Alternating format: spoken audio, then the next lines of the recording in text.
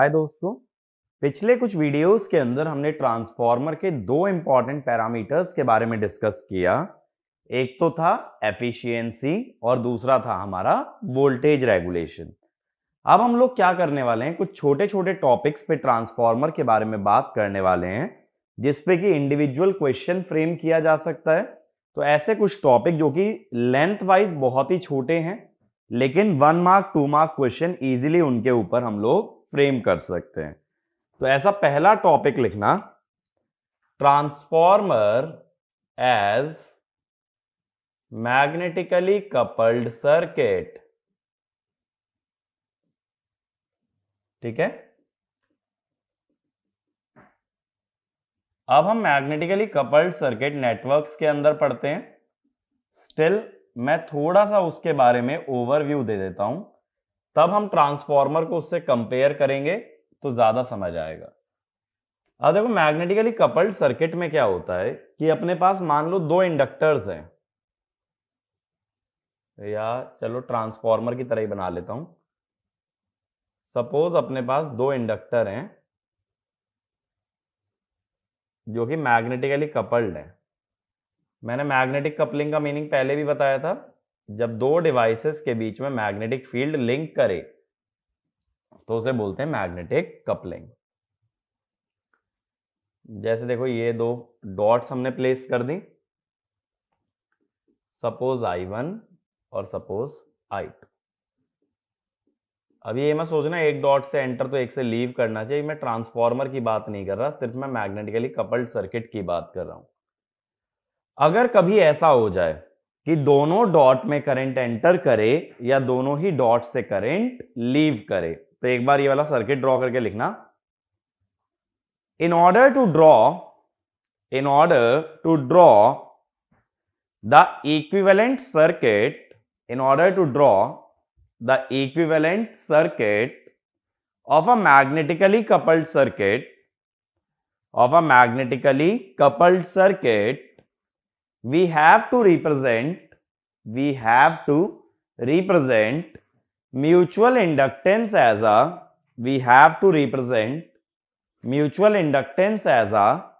dependent voltage source, ठीक है। अगला point, if current enters the dot or leaves the dot,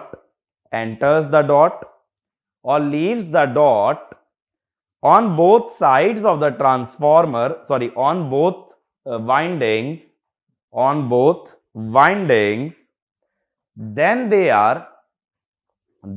are additively coupled, and polarity of dependent voltage source is such that current enters positive terminal,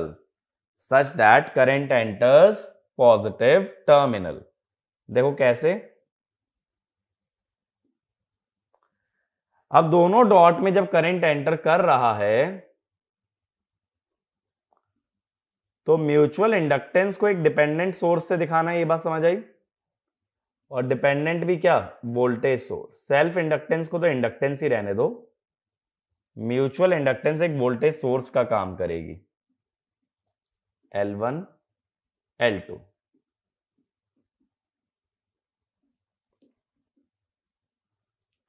इधर जो mutual EMF आएगा वो mdi2/dt आएगा, इधर जो आएगा mdi1/dt। सेकेंड वाइंडिंग का mutual EMF first के करंट से आएगा और फर्स्ट का ईएमएफ सेकेंड के करंट से आएगा। लेकिन कैसे आएगा, current should enter the positive terminal. Current ऊपर वाले टर्मिनल में एंटर कर रहा है तो ऊपर लगाओगे प्लस और नीचे माइनस। करंट पॉजिटिव में एंटर होना चाहिए तो प्लस माइनस, ठीक है। अब इतना लगाने के बाद चाहो तो यहां केवीएल की इक्वेशन भी लिख सकते हो। देखो, सेल्फ इंडक्टेंस की जो वोल्टेज पोलैरिटी होती है वो तो सिंपली करंट की डायरेक्शन में प्लस माइनस होती है। सेल्फ इंडक्टेंस की पोलैरिटी हमेशा पैसिव एलिमेंट वाली होती है, करंट की डायरेक्शन में प्लस माइनस। तो ये वाला भी पॉइंट लिख लेना। The voltage polarity of self-inductance, the voltage polarity of self-inductance is always that of a passive element, that is current entering the positive terminal,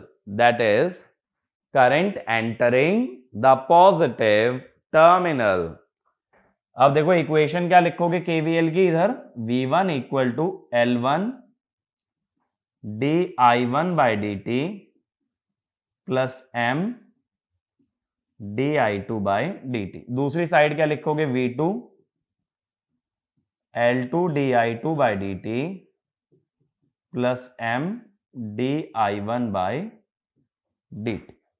ठीक है, ये वाला केस क्लियर हुआ। तो जब कभी दोनों डॉट में करंट एंटर करे या दोनों से लीव करे, तब क्या करना है, करंट की डायरेक्शन में पहले प्लस और फिर माइनस। तो एक बार ये नोट कर लेना। अब देखो दूसरा केस देखो। अब मान लो डॉट दोनों में नीचे होती, अब दोनों ही डॉट से करंट लीव कर रहा है। ठीक है, तो ये किसका केस हुआ, एडिटिव या सब्ट्रैक्टिव? ये भी हुआ additive, current leaving the dot on both the sides. तो ये वाला भी लिख लो एक बार केस। ठीक है, ये डायग्राम बना लेना। तो इसमें लिख लेना here current is leaving the dot on both sides. Rule इसके अंदर भी सेम रहता है, जब करंट दोनों डॉट को लीव करे तब क्या करना है, करंट पॉजिटिव में एंटर होना चाहिए।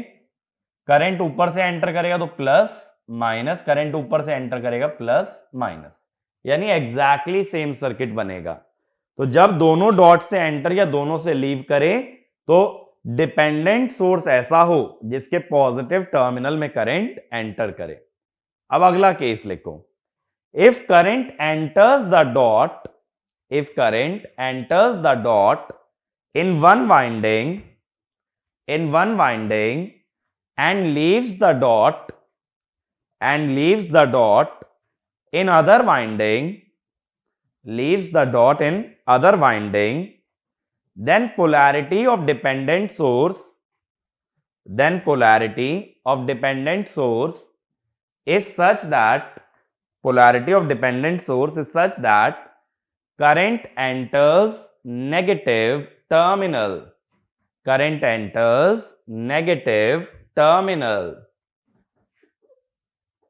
यानी डिपेंडेंट सोर्स उल्टा लगाओगे। देखो अब जैसे इधर से डॉट को लीव कर रहा है और इधर ये डॉट के अंदर एंटर कर रहा है। अब मैंने बोला म्यूचुअल ईएमएफ की पोलैरिटी कैसे दिखानी है, कि करंट पॉजिटिव की जगह नेगेटिव में एंट्री ले। अब करंट ऊपर से एंट्री ले रहा है तो ऊपर क्या लगाओगे, माइनस, नीचे प्लस। नेगेटिव में एंट्री ले, करंट ऊपर से एंट्री ले रहा है, माइनस प्लस। ठीक है, तो अब केवीएल जब लगाओगे तो यहां पे क्या आ जाएगा, माइनस साइन। ये मेरी बात क्लियर हुई? ठीक है, तो जब कभी करंट एक डॉट में एंटर और एक से लीव करता है तो करंट की डायरेक्शन में पहला टर्मिनल माइनस होगा, या ये कह दो करंट नेगेटिव टर्मिनल में एंटर करेगा। अब एक और एग्जांपल लेते हैं। देखो अब मैं क्या करता हूं,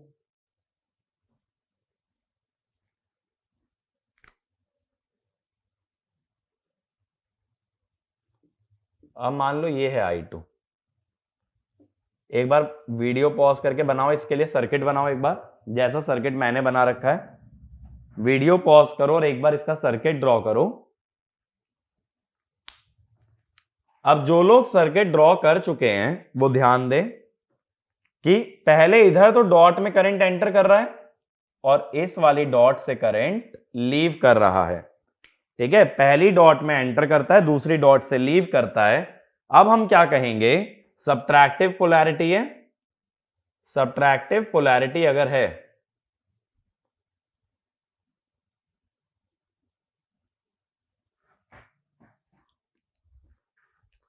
तो हम लोग क्या बोलेंगे,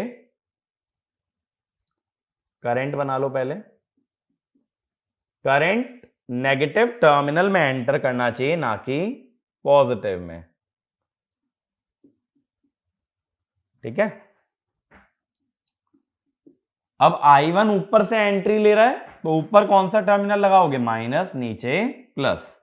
सब्ट्रैक्टिव कपलिंग में current should enter negative terminal. इधर नीचे से एंट्री ले रहा है, तो नीचे माइनस, ऊपर प्लस, ठीक है। करंट की डायरेक्शन में L की पोलैरिटी हमेशा पैसिव एलिमेंट वाली होती है, तो करंट की डायरेक्शन में प्लस माइनस, जैसे रेजिस्टेंस की होती है ना पोलैरिटी, ऐसे ही सेल्फ इंडक्टेंस की होती है। ये बात क्लियर हुई। अगर एक डॉट से एंटर, एक से लीव करे, तो करंट नेगेटिव में घुसना चाहिए, करंट नेगेटिव में एंटर करे। अब ये इक्वेशन तो सेम रहेगी, हमें दूसरी इक्वेशन देखनी है। दूसरी इक्वेशन में लगाओ जरा KVL। V2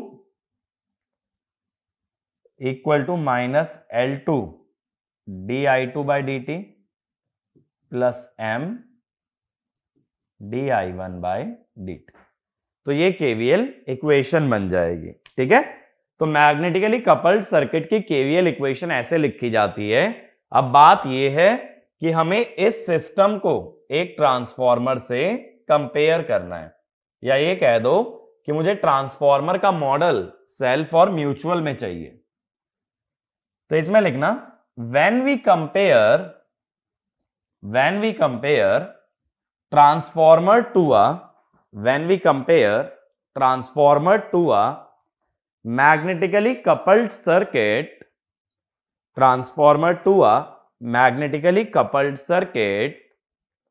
we want to determine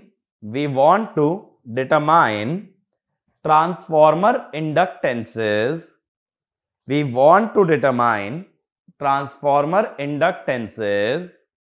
in terms of self and mutual inductance,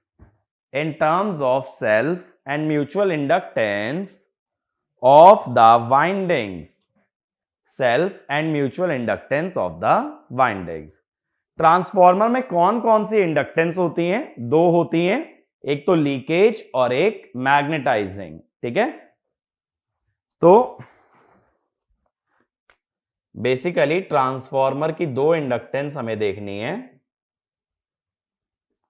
leakage और मैग्नेटाइजिंग। वही मैग्नेटिकली कपल्ड सर्किट की दो इंडक्टेंस होंगी,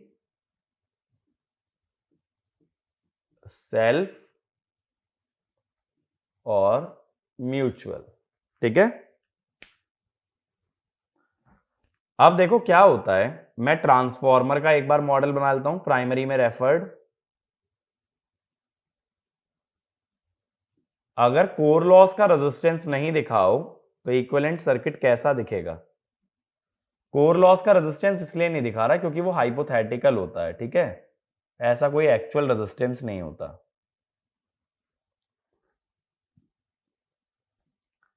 ये होता है V1, ये होता है I1, ये होता है I1 डैश, ये V2 dash, R2 dash, R1। अब इसको लिख रहा हूं L1, L2 डैश, LM।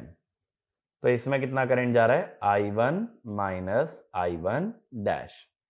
ये तो ट्रांसफॉर्मर का सर्किट है, मैं रिएक्टेंस दिखाने की जगह क्या दिखा रहा हूं, इंडक्टेंस।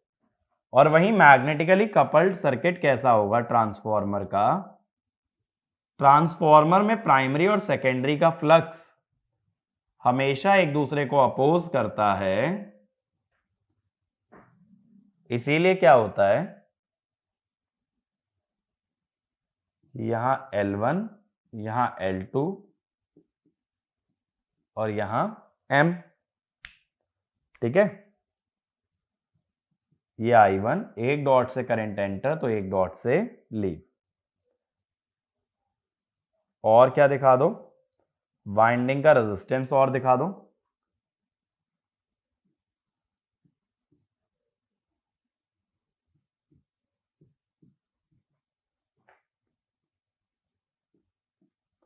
यहां मैं टर्न्स रेशियो भी देता हूं N1:N2। अब सबसे पहले मैं क्या कर रहा हूं, ये जो मैग्नेटिकली कपल्ड सर्किट है मेरे पास, मुझे इसका मॉडल बनाना है। मॉडल अगर बनाओगे तो कैसे बनाओगे, सेल्फ इंडक्टेंस और म्यूचुअल को शो करोगे एक डिपेंडेंट वोल्टेज सोर्स से। सेल्फ इंडक्टेंस फिर म्यूचुअल के लिए एक dependent voltage source.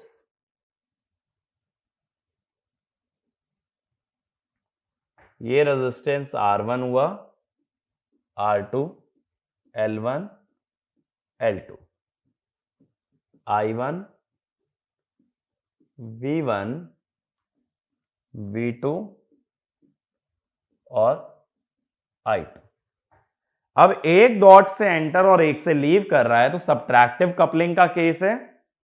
Subtractive coupling में करंट नेगेटिव टर्मिनल में एंटर करना चाहिए, यहां करंट नीचे से एंटर कर रहा है इसीलिए माइनस प्लस। ये होगा M di2/dt, M di1/dt। अब सबसे पहले पहली लूप में अगर केवीएल लगाते तो V1 should be I1R1, current की डायरेक्शन में प्लस माइनस आएगा ना, सेल्फ इंडक्टेंस हमेशा पोलैरिटी पैसिव एलिमेंट वाली लेता है, ठीक है। I1R1 plus L1 di1/dt minus M di2/dt। ऐसे दूसरे सर्किट में V2 M di1/dt, ठीक है, minus L2 di2/dt minus I2 R2। ये केवीएल इक्वेशन हो गई। इस केवीएल इक्वेशंस को मुझे कंपेयर करना है सेकंड सर्किट के केवीएल इक्वेशन से, सॉरी फर्स्ट सर्किट के। अब फर्स्ट सर्किट में केवीएल लिखना जरा, क्या होगा, V1 equal to I1R1 plus L1 di1/dt, current की डायरेक्शन में प्लस माइनस, ये सारी पैसिव हैं, इसमें से कुछ भी एक्टिव नहीं है, ठीक है, plus Lm d/dt I1 minus I1 dash. ऐसे V2 बताओ, V2 होगा Lm d/dt I1 minus I1 dash minus I2, sorry minus V2 dash लिखोगे I1 R2 dash minus I1 dash R2 dash minus L2 dash di1 dash by dt। ये equation आ गई first वाले circuit से। अगर मुझे एक parameter दूसरे की टर्म्स में निकालना है, मैंने सिर्फ देखो केवीएल लगाया और कुछ भी नहीं किया है। अगर एक पैरामीटर दूसरे की टर्म्स में निकालना है तो दोनों इक्वेशन का कंपैरिजन चाहिए। अब देखो फर्स्ट और थर्ड को देखो, I1 R1 आ रहा है, ठीक है, L di1/dt की एक टर्म आ रही है, ठीक है, लेकिन दूसरी टर्म मुझे चाहिए I1 माइनस I1 डैश, यहां किसकी आ रही है, I2 की। अब मैं क्या जानता हूं कि I1 डैश क्या होता है, N2/N1 I2, या ये कह दो I2 क्या होता है, N1/N2 I1 डैश। तो अब ये जो फर्स्ट इक्वेशन है ना, इसको मॉडिफाई करना स्टार्ट करता हूं मैं। तो मैं लिखूंगा V1 equal to I1R1 L1 di1/dt, I2 की जगह ये डाल दो minus M N1/N2 di1 dash by dt। लेकिन देखो जो मुझे तीसरी टर्म चाहिए वो डी आई वन डैश की नहीं चाहिए, मुझे चाहिए D by D T of I one minus I one dash. अभी मेरे पास minus D I one dash तो आ रहा है। अब देखो मैं क्या करता हूं, इसके बाद ये वाला कंसेप्ट समझना,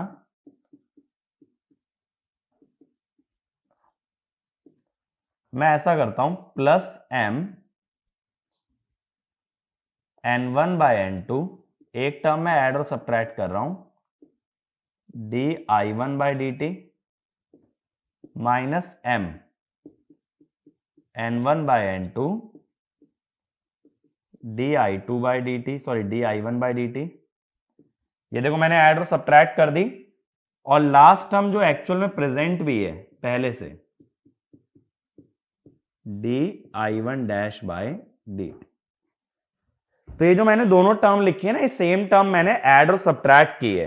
ऐड और सब्ट्रैक्ट मैंने क्यों किया है, ताकि मैं एक टर्म बना पाऊं आई one minus I one dash वाली।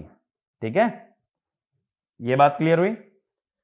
अब देखो जब ये टर्म्स को क्लब करना शुरू करता हूं तो V1, अब मुझे क्या चाहिए, I1 R1 प्लस, अब इसमें ऐसे करो L1 minus M, minus M वाली टर्म मैंने इसके साथ ले ली, D I one by D T, और प्लस एम वाली दूसरे के साथ दे दो। एक सेकेंड, करंट की डायरेक्शन में पहले माइनस प्लस आ रहा है तो minus D I two by D T, हमें क्या चाहिए, I one minus I one dash चाहिए ना। हाँ, तो प्लस एम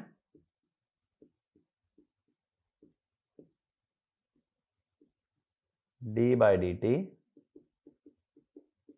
ठीक है, मैंने सिर्फ क्या किया है, ये दोनों टर्म्स को क्लब कर लिया है और ये दोनों टर्म्स को D I one by D T common ले लिया सेकेंड और फोर्थ टर्म में से, और थर्ड और फिफ्थ टर्म में से M into N one by N two common ले लिया।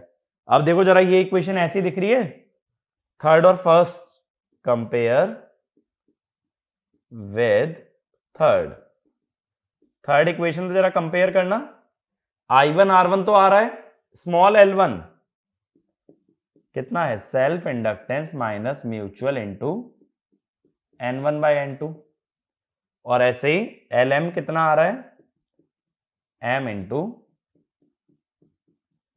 N one by N two. ठीक है, तो ये दो पैरामीटर तो मिल गए, बच क्या गया, बच गया एल टू डैश।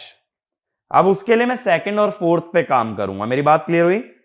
पहले मैंने फर्स्ट और थर्ड से क्या क्या निकाल लिया, L1 और LM, अब मुझे निकालना है ये L2 डैश, इसके लिए सेकंड और फोर्थ इक्वेशन यूज करेंगे। अब सेकंड और फोर्थ पे बात करते हैं। देखो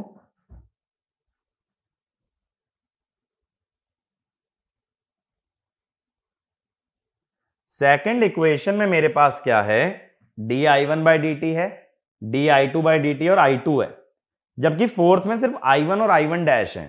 तो पहले तो काम क्या करते हैं, आई टू हटा लेते हैं,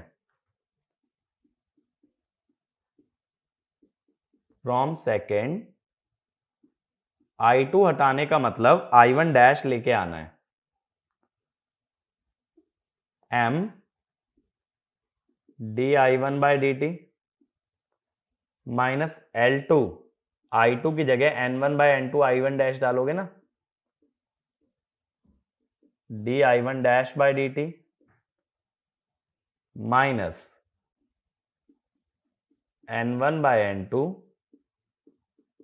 आई वन डैश आर टू। तो अब मैंने आई टू को हटा के क्या वेरिएबल इंट्रोड्यूस कर दिया, आई वन डैश। लेकिन दूसरी चीज देखो, फोर्थ वाली इक्वेशन में V2 नहीं है, V2 डैश है। एक्चुअल में V2 डैश क्या होता है, V2 का रेफर्ड वैल्यू किस साइड, प्राइमरी। तो अब मैं क्या करता हूं, ये जो इक्वेशन मेरे पास अभी आई है, इस इक्वेशन को मैं मल्टीप्लाई कर देता हूं सीधा n1 बाय n2 से, ताकि V2 से क्या बन जाए, V2 डैश। तो दोनों side n1 bye n2 multiply कर दोगे तो लेफ्ट में तो बन जाएगा V2 डैश, इधर हो जाएगा m N1 bye N2 di1 bye dt, मैंने दोनों side N1 bye N2 multiply किया है, minus L2 N1 bye N2 का square di1 dash by dt, ठीक है, minus N1 bye N2 square I1 dash R2। अब देखो कंपेयर करने के लिए I1 डैश R2 डैश आ रहा है, वो तो यहां भी आ रहा है, एक di1 डैश बाई dt की टर्म चाहिए और एक I minus I1 dash, I1 minus I1 dash, तो I1 डैश की आ रही है, I1 की आ रही है, बट मुझे I1 माइनस I1 डैश चाहिए। तो देखो ये जो di1 बाई dt वाली टर्म है ना, ऐसी एक टर्म ऐड और सब्ट्रैक्ट कर लो। ये ध्यान देना मैं क्या सब्ट्रैक्ट कर रहा हूं,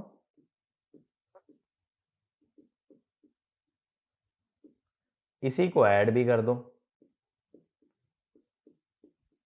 ये क्लियर हो रहा है? ये सेम टर्म मैंने ऐड और सब्ट्रैक्ट कर ली ताकि मैं I1 माइनस I1 डैश बना पाऊं। अब बची हुई टर्म्स लिख दो।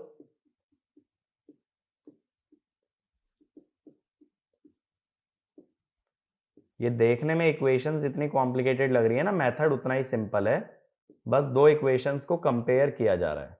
तुम चाहते तो उल्टा भी चल सकते हो कि थर्ड और फोर्थ से फर्स्ट और सेकंड पे आ जाओ।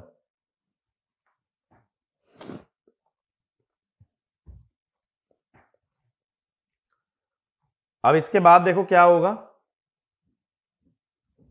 V2 डैश, पहले वाली दोनों टर्म्स को क्लब कर लो,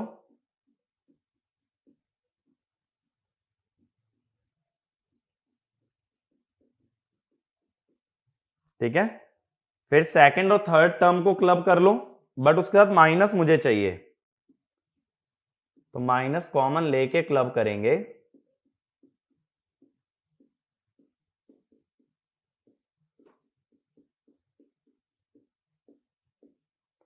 ये हुआ di1 डैश बाई dt, और फिर माइनस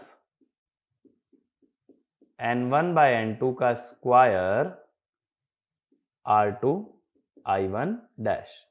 अब देखो जरा कंपेयर करना, पहली टर्म कंपेयर करो दोनों की, मैग्नेटाइजिंग इंडक्टेंस तो वही आ रही है जो फर्स्ट और थर्ड से आई थी, दूसरी टर्म R2 डैश तो यही होता है ना, N1 bye N2 square into R2, ये तो हमने देखा ही है ट्रांसफॉर्मर में। बात है L2 डैश, L2 डैश क्या आ रहा है,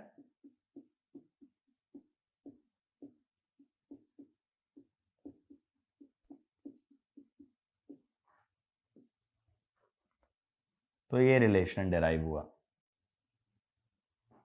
ठीक है।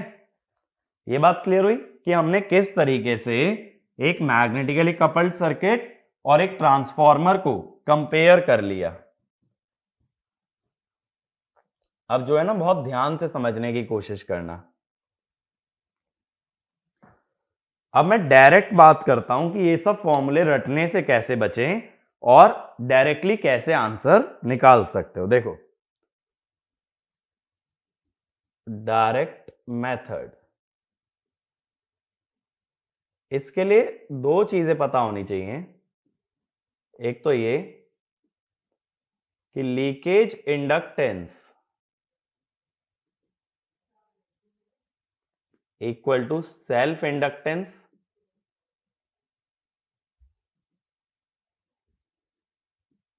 Minus mutual inductance,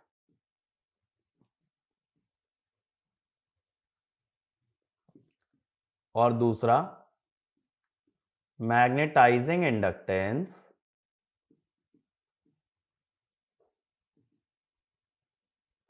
equal to mutual inductance.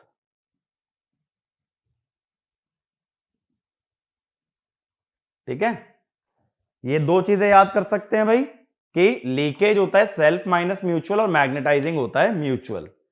अब इसके बाद बात यह आती है कि तुम रेफर कहां कर रहे हो, कि जो ट्रांसफॉर्मर का सर्किट बनाने वाले हो वो प्राइमरी पे बनाने वाले हो या फिर सेकेंडरी पे।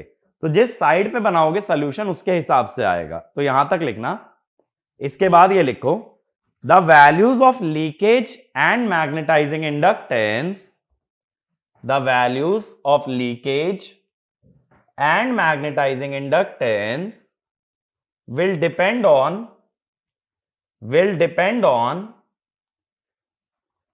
which side equivalent circuit is being drawn, which side equivalent circuit is being drawn. तो सबसे पहले देखें, अगर referred to primary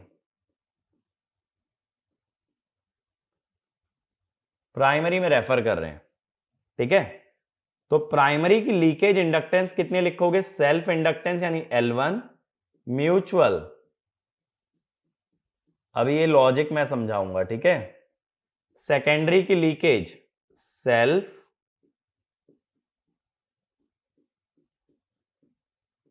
minus mutual, और magnetising that is mutual.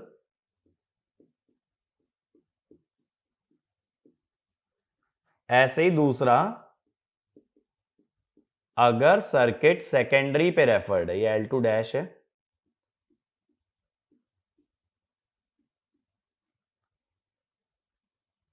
Secondary पे रेफर्ड है, तो L1 तो होगा नहीं, L1 डैश होगा। L1 N2 बाय N1 का square minus M N2 by N1,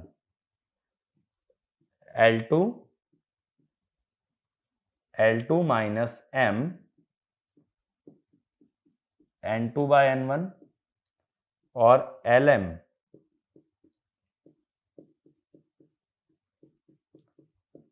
अब ये तरीका समझो, ये डायरेक्ट मैंने कैसे लिख दिया। देखो, हम ये जानते हैं किसी भी इंपिडेंस को अगर प्राइमरी से सेकेंडरी रेफर करना है तो किससे मल्टीप्लाई करें? सेकेंडरी अपॉन प्राइमरी का स्क्वायर यानी N2 बाय N1 का स्क्वायर, और सेकेंडरी से प्राइमरी आना है तो N1 बाय N2 का स्क्वायर। बट ये जो म्यूचुअल इंडक्टेंस होती है, ना ही तो ये प्राइमरी पे होती, ना ही ये सेकेंडरी पे होती, ये दोनों के बीच में होती है। तो इसको रेफर करने के लिए कभी भी टर्न्स रेशियो का स्क्वायर यूज नहीं होगा, इसके लिए यूज होगा सिर्फ टर्न्स रेशियो। तो ये वाला पॉइंट लिखना, to refer self inductance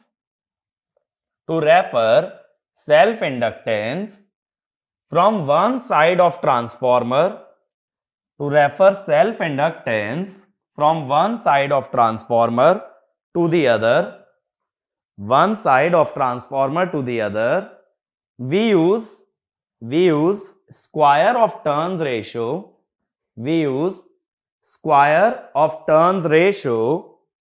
but to refer mutual inductance, we use turns ratio because mutual inductance is not completely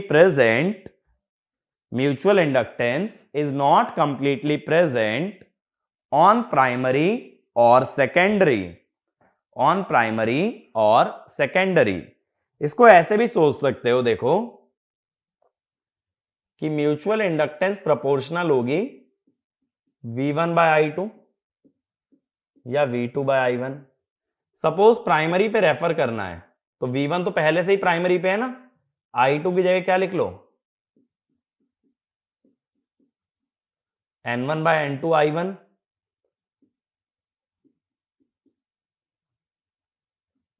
तो इसमें देखो सिर्फ टर्न्स रेशियो ही तो बना, इसमें टर्न्स रेशियो का स्क्वायर कहां बना? बात समझ आ रही है? म्यूचुअल में एक साइड की वोल्टेज होती है तो दूसरी साइड का करंट होता है।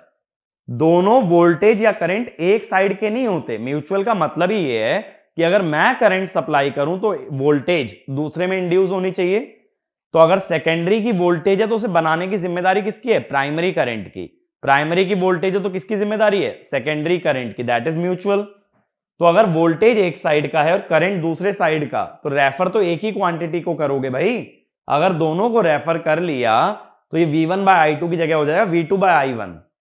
तो यानी अगर प्राइमरी पे आना है तो V1 तो पहले से प्राइमरी पे है, रेफर सिर्फ किसे करना है, I2 को।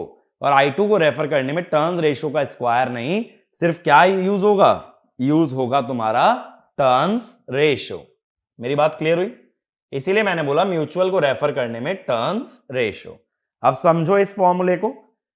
प्राइमरी का लीकेज चाहिए, प्राइमरी का तो सेल्फ पहले से ही प्राइमरी पे है, बट म्यूचुअल को प्राइमरी पे लाना है तो किसका यूज किया, N1/N2। सेकेंडरी का लीकेज चाहिए तो सेकेंडरी के सेल्फ को प्राइमरी पे लेके आए, वो टर्न्स रेशियो स्क्वायर से आएगा। म्यूचुअल को प्राइमरी पे लाओगे, टर्न्स रेशियो। मैग्नेटाइजिंग तो म्यूचुअल ही होता है, लेकिन कहां चाहिए, प्राइमरी, तो N1/N2। सेकेंडरी में आ जाओ, प्राइमरी का लीकेज चाहिए तो पहले सेल्फ को सेकेंडरी लेके गया और म्यूचुअल को सेकेंडरी ले गया।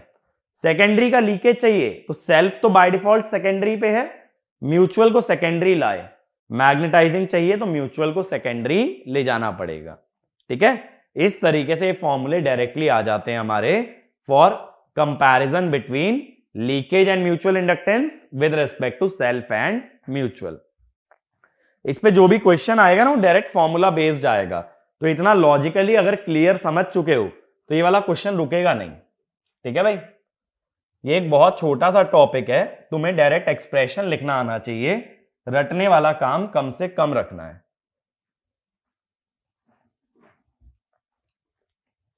ठीक है, आगे चलें। अब अगला छोटा टॉपिक जिसकी मैं बात कर रहा हूं, अगला लिखना डायमेंशंस और स्केलिंग ऑफ अ ट्रांसफॉर्मर। यानी ट्रांसफॉर्मर की डायमेंशंस को अगर स्केल कर दिया जाए तब क्या इफेक्ट पड़ता है ट्रांसफॉर्मर के पैरामीटर्स पे, हमें इसके बारे में बात करनी है। जैसे मैं कह दूं ट्रांसफॉर्मर की मैंने लेंथ, विड्थ और हाइट सारी डबल कर दी, अब बताओ क्या होगा।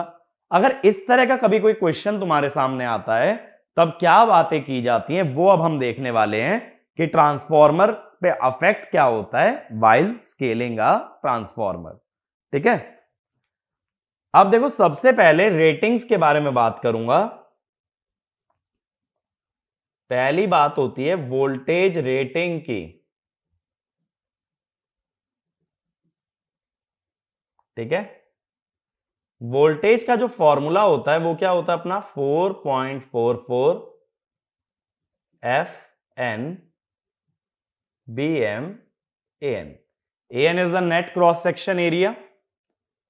तो ये समझ आ रहा है यहां से voltage is proportional to area of cross section, लेकिन कब, जब BM इज कांस्टेंट। तो ये ध्यान रखना जब कभी स्केलिंग की बात आती है तो मैक्सिमम फ्लक्स डेंसिटी को कांस्टेंट रखते हैं। ऐसा इसलिए, जैसे मान लो तुम CRGO का यूज कर रहे हो तो CRGO में कहां तक जा सकते हो, 1.6 टेस्ला तक। अगर 1.6 तक जा सकते हो तो 1.6 पे ही चलाना, उससे कम पे चलाने का मतलब CRGO को वेस्ट करना हुआ। ठीक है, अगर इतना महंगा मटेरियल खरीदा, इतना अच्छा मटेरियल लाए हो तो उसकी मैक्सिमम वैल्यू पे ही ऑपरेट करो, उसकी कैपेसिटी को वेस्ट नहीं करना। तो स्केलिंग के दौरान हमेशा BM क्या माना जाएगा, कांस्टेंट। अगर वोल्टेज एरिया के प्रोपोर्शनल आया तो जो भी ट्रांसफॉर्मर की डायमेंशन है, एरिया जैसे लेंथ इंटू विड्थ होगा तो डायमेंशन स्क्वायर के प्रोपोर्शनल हुआ। मतलब क्या हुआ देखो इसका, if all dimensions are doubled, अगर सभी डायमेंशन डबल्ड कर दोगे तो V2/V1 क्या होगा, ये एरिया के प्रोपोर्शनल है ना। अगर लेंथ और विड्थ दोनों डबल कर दें तो एरिया क्या हो जाता है, 4 टाइम्स, तो वोल्टेज रेटिंग हो गई 4 टाइम्स। मतलब मेरा ये है कि लेंथ इंटू विड्थ को मैंने लेंथ इंटू विड्थ ना लिखते हुए डायमेंशन का स्क्वायर लिख लिया, क्योंकि इस तरह के क्वेश्चन जब बनते हैं तो लेंथ, विड्थ और हाइट सभी को सेम फैक्टर से स्केल किया जाता है। ऐसा नहीं है कि लेंथ डबल कर दी विड्थ हाफ कर दी, तुम क्या कहोगे, लेंथ और विड्थ दोनों डबल हुए हैं इसीलिए एरिया हो गया 4 टाइम्स। वोल्टेज रेटिंग तो काफी सिंपल है। अगला जो इंपॉर्टेंट और लंबा डेरिवेशन है वो है करंट रेटिंग का। अब देखो मैंने पहले भी बताया था, current rating is proportional to cross section area of conductor, कि भाई जितना ज्यादा करंट फ्लो कराओगे उतना मोटा कंडक्टर लेना पड़ता है। इसका सिंपल सा रीजन क्या होता है, जैसे मैंने बोला मैग्नेटिक फील्ड मुझे कांस्टेंट रखनी है, ऐसे ही इलेक्ट्रिक फील्ड भी कांस्टेंट रखनी होती है। जे होता है सिग्मा ई, तो अगर इलेक्ट्रिक फील्ड कांस्टेंट है तो करंट डेंसिटी कांस्टेंट है, करंट डेंसिटी अगर कांस्टेंट है तो current is proportional to area. बात समझ आई? जैसे मैंने बोला मैग्नेटिक फील्ड कांस्टेंट है, ऐसे ही यहां पे क्या कांस्टेंट है, इलेक्ट्रिक फील्ड। अगर इलेक्ट्रिक फील्ड कांस्टेंट तो ओम्स लॉ होता है J equal to sigma E, तो J कांस्टेंट, अगर J कांस्टेंट तो current is proportional to cross section area. अब देखो क्या होता है, अगर एक ट्रांसफॉर्मर ड्रॉ करते हैं,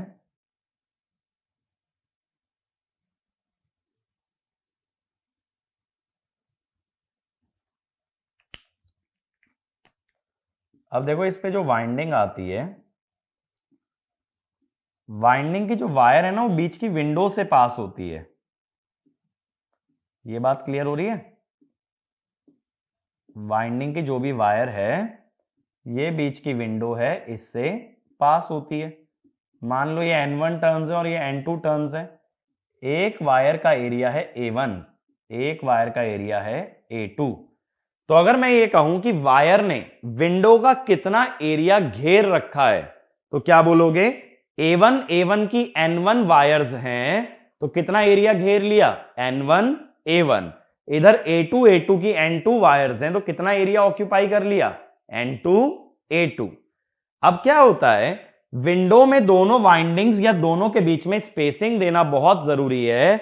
अगर स्पेसिंग नहीं रही, मान लो ये दोनों वायर बहुत क्लोज आ जाएं, बीच का एरिया बहुत ही छोटा रह जाए, अगर बीच में बहुत कम जगह बचेगी तो क्या होगा, बीच में एयर है या ऑयल है, जो भी मीडियम हो, एयर या जो ऑयल है उसका डाइलेक्ट्रिक ब्रेकडाउन हो जाएगा और करंट एक साइड से दूसरी साइड फ्लो करने लगेगा या दोनों साइड हो जाएंगी short.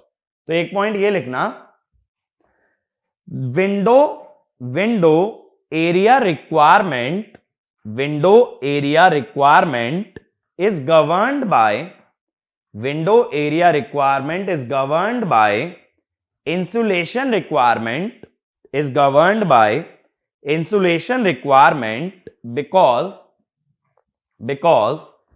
if winding on the two limbs, because if winding on the two limbs are kept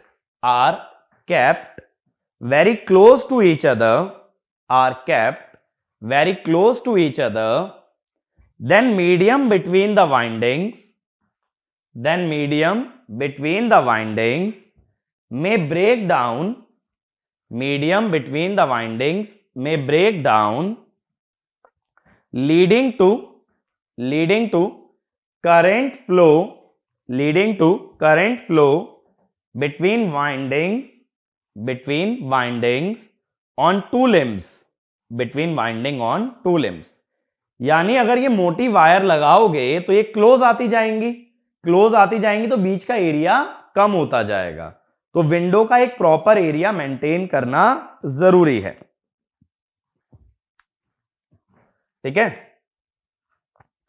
तो अब हम क्या करते हैं, एक टर्म डिफाइन करते हैं, विंडो स्पेस फैक्टर। इसको लिखते हैं KW। ये होता है विंडो एरिया ऑक्यूपाइड, कितना एरिया वाइंडिंग ऑक्यूपाई कर चुकी है, divided by total window area. ठीक है, अब वाइंडिंग कितना एरिया ऑक्यूपाई कर चुकी है विंडो का, N1A1 plus N2A2 divided by window area.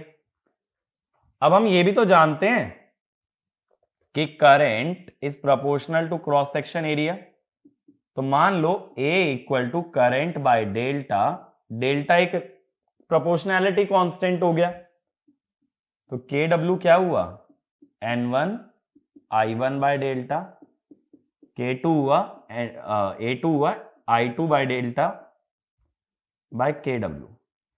अब ट्रांसफॉर्मर में, सॉरी AW, ट्रांसफॉर्मर में अगर MMF बैलेंसिंग जानते हो तो N1I1 और N2I2 बराबर होते हैं।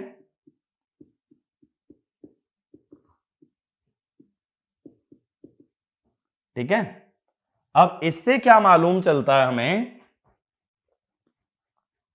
करंट रेटिंग के रिगार्डिंग, कि अगर मैं KW को कांस्टेंट कह दूं कि भाई मुझे स्पेसिंग कांस्टेंट रखनी है, यानी कि अगर वाइंडिंग का एरिया बढ़ा रहे हो तो साथ साथ विंडो का एरिया भी बढ़ाओ ताकि वाइंडिंग्स आपस में क्लोज ना आ जाएं, तो हम कहेंगे I1 इज प्रोपोर्शनल टू, या I1 is equal to delta AW KW by 2 N1, यानी current rating is proportional to window area. अब विंडो एरिया, विंडो किस में बनी हुई है, कोर में बनी हुई है ना, तो अगर सारी डायमेंशन डबल कर रहे हो, थोड़ा सा दिमाग लगाना, जैसे मैंने यहां किया था, अगर कोर की सारी डायमेंशन डबल कर दोगे तो जो अंदर बनी विंडो है उसका भी साइज डबल हो जाएगा, इसीलिए करंट रेटिंग भी किसके प्रोपोर्शनल आ रही है, डायमेंशन स्क्वायर के। तो ये वाला पॉइंट लिख लेना, if all dimensions of the core are scaled by the same factor, all dimensions of the core are scaled by the same factor, then window present inside the core is also scaled by square of that factor, is also scaled by square of that factor। ठीक है, तो current rating generally conductor area के proportional होती है, और बाद में मैंने पूरा डेरिवेशन करके ये प्रूव किया कि वो विंडो एरिया के भी प्रोपोर्शनल होती है। तो करंट और वोल्टेज दोनों ही रेटिंग किसके प्रोपोर्शनल हो गई, डायमेंशन के स्क्वायर के। अब करंट और वोल्टेज की रेटिंग मिला करके एक तीसरी रेटिंग बनती है किसी भी मशीन की, जिसे कहते हैं केवीए रेटिंग, या ये कह दो पावर रेटिंग। तो तीसरी है हमारी केवीए रेटिंग। अब एपरेंट पावर होती है V इंटू आई, तो केवीए रेटिंग बनेगी वोल्टेज रेटिंग मल्टीप्लाइड बाय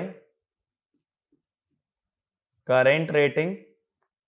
अब वोल्टेज रेटिंग प्रोपोर्शनल थी डायमेंशन स्क्वायर के, करंट रेटिंग भी प्रोपोर्शनल थी डायमेंशन स्क्वायर के, तो ये हो गई डायमेंशन टू द पावर 4 के। ठीक है, दोनों जब डायमेंशन स्क्वायर के प्रोपोर्शनल हैं तो प्रोडक्ट किसके proportional, dimension to the power 4। तो अगर कभी वो कह दे every dimension is doubled, KVA rating पे क्या असर पड़ेगा, तुम बोलोगे सीधा 16 टाइम्स। ठीक है, ये तो तीनों रेटिंग हुई, और कौन से पैरामीटर बदलते हैं, और इसके बाद हमारा बदलता है कोर लॉस। देखो कोर लॉस में हमने क्या पढ़ा है, चौथे पैरामीटर की बात कर रहा हूं, कोर लॉस। कोर लॉस के अंदर क्या पढ़ा था हमने कि ये दो लॉसेस से बना है, हिस्टेरेसिस और दूसरा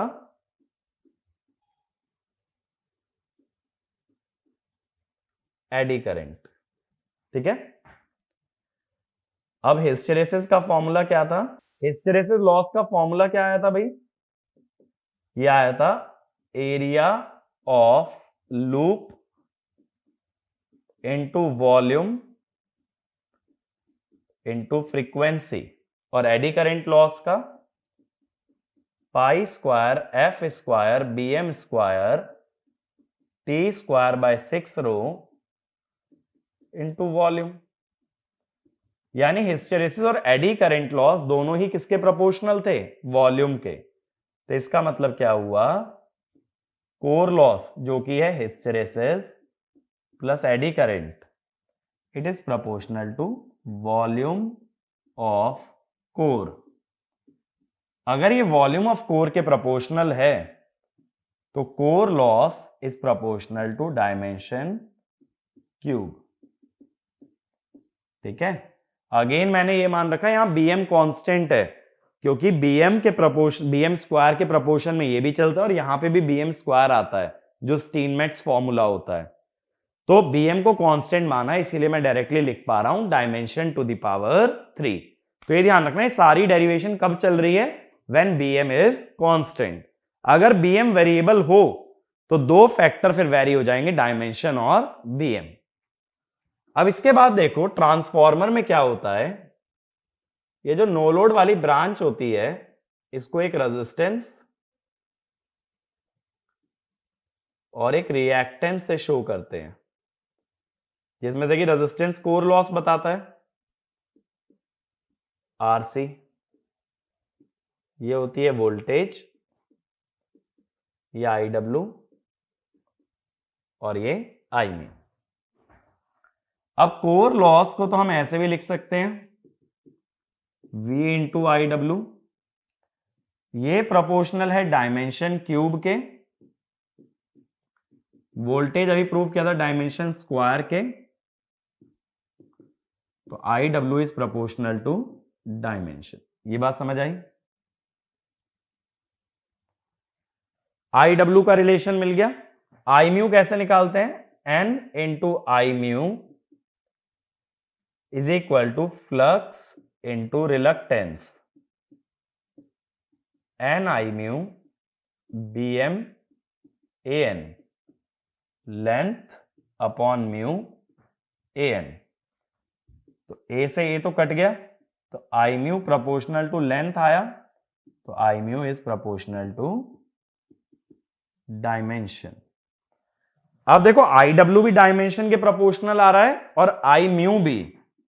अगर ये दोनों ही डायमेंशन के प्रोपोर्शनल हैं तो आई नॉट होता है रूट ओवर आई डब्ल्यू का स्क्वायर प्लस आई म्यू का square, dimension square plus dimension square, dimension का स्क्वायर और रूट के बाहर आएगा डायमेंशन। ठीक है, तो यहां पे ये आ जाता है प्रोपोर्शनल टू डायमेंशन। अब लास्ट देखो जो कि ट्रांसफॉर्मर से रिलेटेड नहीं है, लास्ट होता है रोटेटिंग मशीन्स के बारे में। लास्ट हम बात करते हैं मोमेंट ऑफ इनर्शिया। जितनी भी रोटेटिंग मशीन है उनके अंदर शाफ्ट होगा, शाफ्ट का होगा मोमेंट ऑफ इनर्शिया। एक ही बार में देख लेते हैं। मोमेंट ऑफ इनर्शिया ले जाता है हाफ एम आर स्क्वायर, ये सिलेंडर का होता है, शाफ्ट हमेशा सिलेंड्रिकल लेते हैं। मास होता है density into volume into R square. Volume dimension cube के प्रोपोर्शनल है और रेडियस डायमेंशन के प्रोपोर्शनल है, तो क्या बन गया? Dimension to the power 5, cube into square. ठीक है, अब देखो सारे रिजल्ट्स को मैं समराइज कर देता हूं, डेरिवेशन चाहे जो भी हो, एंड में तुम्हें रिजल्ट पता रहना चाहिए।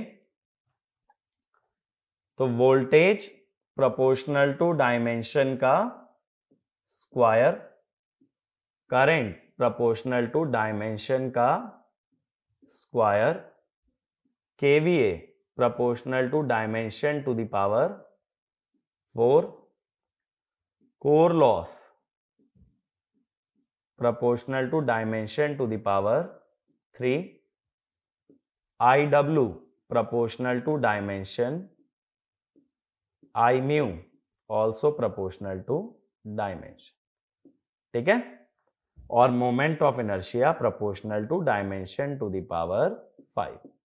जे से इसलिए शो करते हैं ना, मशीन के अंदर जितना भी करंट है वो आई से शो करते हैं, इसलिए मोमेंट ऑफ इनर्शिया को जे से दिखा देते हैं। तो ये सारे रिजल्ट पता होने चाहिए जब कभी स्केलिंग की बात आए, बट ये ध्यान रखना कि फ्लक्स डेंसिटी क्या रहनी चाहिए, कांस्टेंट। और वो कैसे पता करोगे कि फ्लक्स डेंसिटी कांस्टेंट है, यानी वोल्टेज वाले रिलेशन से। मान लो उसने वोल्टेज भी दे दी, डायमेंशन की स्केलिंग भी दे दी, तो ये चेक कर लो कि वोल्टेज अपॉन एरिया, जैसे वोल्टेज क्या होती है, पता कैसे चलता है कि बीएम कांस्टेंट है या नहीं। देखो मैं यहां से बोल रहा हूं कि area is proportional to V by suppose F B, F B M is proportional to B by V by F into A. Area, voltage और फ्रीक्वेंसी की वैल्यूज मालूम होते हुए तुम ये पता लगा सकते हो कि फ्लक्स डेंसिटी कांस्टेंट है, यानी ये सारे रिलेशन किस पे बेस्ड है, फ्लक्स डेंसिटी पे, ठीक है। तो इसमें फ्लक्स डेंसिटी पे कौन कौन सा बेस्ड है, ये वाला, ये वाला, ये, बस करंट और मोमेंट ऑफ इनर्शिया ये इंडिपेंडेंट है फ्लक्स डेंसिटी से, बाकी सारे रिलेशन डेराइव हुए हैं फ्लक्स डेंसिटी के बेसिस पे। ये मेरी बात क्लियर हुई, ठीक है।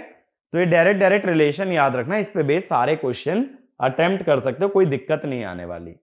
तो मैंने देखो दोनों टॉपिक के अंदर तुम्हें फॉर्मूलेज बताए हैं पूरा डेराइव करके, और इन पे जो भी क्वेश्चन बनता है वो स्ट्रेट अवे फॉर्मूला बेस्ड होता है, तो बहुत ज्यादा मेंटल थिंकिंग की जरूरत नहीं पड़ती, ठीक है। अगले लेक्चर के अंदर हम यहीं से कंटिन्यू करेंगे और कुछ छोटे टॉपिक्स की बात करेंगे, जो बहुत छोटे टॉपिक ट्रांसफॉर्मर से रिलेटेड है। Thank you.